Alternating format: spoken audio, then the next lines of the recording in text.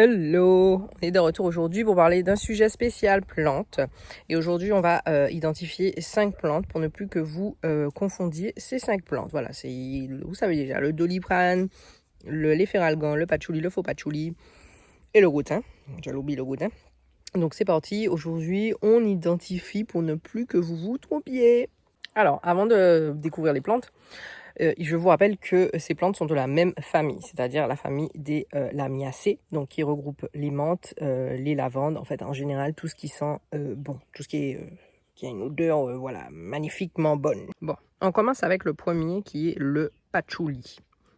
Du nom scientifique Pogostemon cablin, voilà, hein, je vous mettrai ça ici.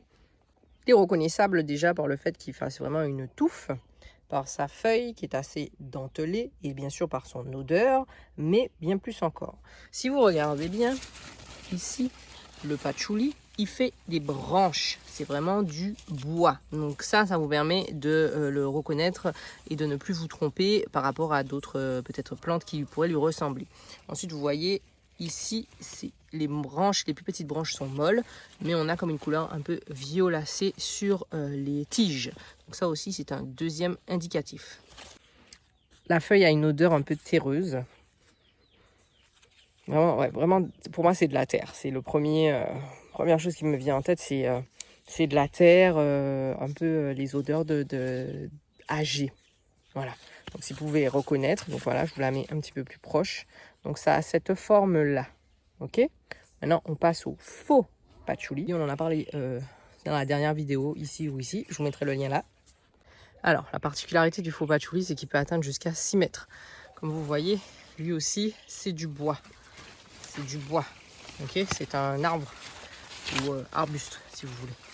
Donc là, vous avez des branches. C'est du bois dur.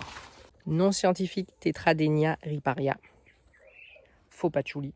Ou encore bégébum. Ou encore tibum. Ou encore ouvumamou. Bon, ne me demandez pas. Voilà, je vais vous écrire tout ça en description. Voilà, vous savez déjà. Les noms et moi, ça fait 18. Ensuite, il est reconnaissable aussi à l'odeur. Alors, il a une odeur de Vicks, donc c'est un peu plus prononcé que le patchouli, si ça peut vous aider. La feuille est un petit peu plus verte et vous n'avez pas forcément cette espèce de masse en fait formée par le patchouli. Je vous montre ça tout de suite. Oui, ça fait vraiment un arbre. Ça monte en hauteur en fait, comparativement au patchouli qui reste quand même relativement proche du sol. Voilà. Puis pour la reconnaître aussi, vous avez comme une texture un peu collante sur les feuilles. Voilà, à la différence du patchouli. Je vous montre la feuille de patchouli tout de suite et je vous fais comparer avec la feuille de faux patchouli. Patchouli, faux patchouli. Ça se ressemble beaucoup, mais c'est différent. Vous voyez la couleur ici, on est vraiment sur du vert plus foncé. Et là, on est vraiment sur un vert un peu plus clair avec des dénotations un petit peu jaunâtres. Voilà, donc ça peut vous aider à comparer. Maintenant, on passe au genre Plectantrus. Oui, ils sont 3. Voilà, ils sont 3, donc ça c'est pas dedans, hein, mais ça c'est un Plectantrus de Madagascar. Comme vous voyez, il y a le liseré blanc, mais là on va parler du gros thym, de l'efferalgan et du doliprane qui sont tous sous Plectantrus. Il faut savoir qu'avant le Plectantrus, ils étaient référencés sur le nom Coleus, mais maintenant ils sont passés sous le nom Plectantrus. C'est parti, j'allais oublier. En général, pour bien reconnaître un Plectantrus, ça sent fort. Tu sniffes et tu sais que c'est un Plectantrus. Ça sent le Vicks, ça sent fort. Je sais pas comment vous expliquer, mais ça sent fort. Voilà, bref. On va commencer avec le gros thym, qui est le plus souvent retrouvé dans les jardins créoles. Donc ici, le gros thym, comment vous pouvez le reconnaître? Donc comme vous voyez, vous avez toujours cette espèce de petite couleur violacée qui se trouve au niveau des tiges. Ça, c'est un premier indicatif. Ensuite, deuxième indicatif, vous voyez, c'est très mou. Voilà, donc quand c'est très mou comme ça, on penche plus vers le gros thym ou les Plectantrus plutôt que les autres genres qu'on vient de voir avant. Ensuite, même les troncs, en fait, même si ça ressemblerait à du bois, hop, je vous en prends un morceau, vous voyez, ça ressemble à du bois, mais ça n'en est pas en fait. À l'intérieur, c'est mou. Donc ça aussi, c'est un indicatif. Et bien sûr, le Plectantrus, vous pouvez juste, une petite astuce, vous plantez une branche comme ça dans le sol et ça repart. Voilà. Quand vous prenez, faites bien attention de prendre une tête entière, plantée dans le sol et normalement, ça repart. Le nom scientifique du gros thym, c'est un Plectantrus amboinicus. Voilà. Donc pour reconnaître la feuille, vous voyez, elle a une forme de triangle, un petit peu différente, vraiment différente de ce qu'on vient de voir précédemment. Et elle aussi, elle sent. Elle sent un petit peu moins fort que ce que je viens de vous montrer, mais ça sent quand même. Voilà. Ça sent. Voilà. Et c'est très mou, donc ça fait partie des succulents. C'est voilà, c'est des plantes où on sent que c'est gorgé quoi. Il y a du jus qui va sortir. Voilà. Vous avez compris ce que je veux dire, mais en tout cas quand vous la froissez, vous voyez votre main après elle est bien mouillée parce que ça retient beaucoup l'humidité donc l'eau. Voilà. Très très bonne plante à avoir dans son jardin qui se marie vraiment bien avec les autres plantes et qui est un très bon allié aussi pour la diversification dans le potager. Voilà. Ensuite là on passe au plat de résistance. Le Graal, le Saint Graal, la problématique existentielle des Antilles. Qu'est-ce que le Doliprane? Qu'est-ce que l'efferalgan? Où est le Doliprane? Qui est le Doliprane? Qui est l'efferalgan? La réponse tout de suite. Alors, on va commencer avec cette charmante demoiselle. Voilà, ici. Donc, ça ici, c'est ce que nous, on appelle en Martinique l'efferalgan. Mais en Guadeloupe, ça s'appelle le Doliprane. Et le Doliprane en Guadeloupe, ici, et le Doliprane ici s'appelle l'efferalgan en Guadeloupe. En tout cas, on va commencer avec les noms scientifiques et après, vous verrez comment vous l'appelez chez vous. Donc, ça ici, pour nous, en Martinique, je le répète, c'est l'efferalgan. Donc, je vous prends une feuille pour que vous puissiez bien voir. Donc, vous voyez, c'est très petit. Voilà. Le nom scientifique, c'est, comme on a dit, c'est un Plectantrus neochilus. Alors, lui, il est reconnaissable à son odeur particulière, donc qui rappelle l'odeur du cannabis. Voilà, donc si vous n'êtes pas sûr que vous en avez dans le jardin, vous sniffez, et ça devrait vous rappeler l'odeur du cannabis, l'arrière en fait.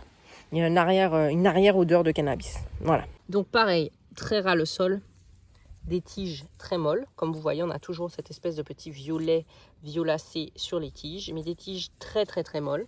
Ne forment pas forcément de tronc, ça reste très bas et c'est très très mou. Voilà, et ça forme cette espèce de petite alvéole en fait qui tourne et qui vient donner ça tout en haut. Voilà, donc ça rappelle vraiment le gros thym puisque c'est la même famille, on rappelle le même genre pardon, on rappelle c'est les Plectantrus. Voilà. Donc ça pour nous en Martinique, je le répète, c'est l'efferalgan. Ok, ça, pour nous, c'est l'efferalgan. Ok. On va passer au Doliprane. C'est parti. Alors, ça, c'est le Doliprane. Voilà. Vous voyez, la feuille, elle est un petit peu plus allongée. Elle a la même forme que l'efferalgan, mais elle est un tout petit peu plus allongée. Et puis, il y a un petit peu de velours sur le dessus. Au niveau de l'odeur, ça sent meilleur, je trouve. C'est un petit arrière-goût d'ananas. Je sais pas trop comment vous le décrire. Moi, ça me fait penser à l'ananas, voilà. Peut-être que j'ai le Covid, je sais pas. Mais en tout cas, moi, ça me fait penser à l'ananas. Donc, vous me direz à quoi ça vous fait penser. Pareil, ça a un tronc quand même. C'est entre l'efferalgan et le gros thym. Ça a un tronc quand même assez dur, mais c'est quand même mou. Je sais pas si ce que je viens de dire fait du sens. Mais en tout cas, moi, je me suis comprise. Voilà, donc le nom scientifique, c'est Plectantrus barbatus. Oui, je sais, c'est assez barbare. Ça ressemble quand même beaucoup au gros thym. Hein. C'est pas du gros thym, attention. C'est vraiment pas du gros thym. Vous voyez la différence au niveau des feuilles. La forme des feuilles, elle est vraiment plus arrondie vers le bout. Enfin, c'est vraiment plus arrondi alors que le gros thym, ça forme vraiment comme un triangle. Donc, c'est vraiment pas la même chose. Et la feuille retombe un peu comme des oreilles de mouton, en fait. Ça peut vous aider si vous voyez le plan de loin. Ça retombe vraiment comme des oreilles de mouton. Voilà. Bon, c'est bon, on a fait le tour. Vous avez vu les 5 plantes. Maintenant, je tiens à préciser, et je le rappelle, les noms diffèrent d'une île à l'autre. Une île à l'autre, ça diffère. Donc, ne vous engueulez pas entre vous pour dire non, tu as tort, moi j'ai raison, non, tu as raison, moi j'ai tort, etc., etc. Parce que ça peut changer. Comme je vous l'ai dit, le Doliprane est un efferalgan ici, et l'efferalgan est un Doliprane là-bas. Voilà, c'est comme ça. Écoutez, pourquoi en fait on a donné le nom efferalgan et Doliprane, c'est par rapport aux bienfaits et aux vertus de la plante, c'est tout. Donc ils sont pas allés chercher très loin. Ils se sont dit bon, ça calme mon mal de boudin, ça calme mon mal de tête, je vais appeler ça efferalgan.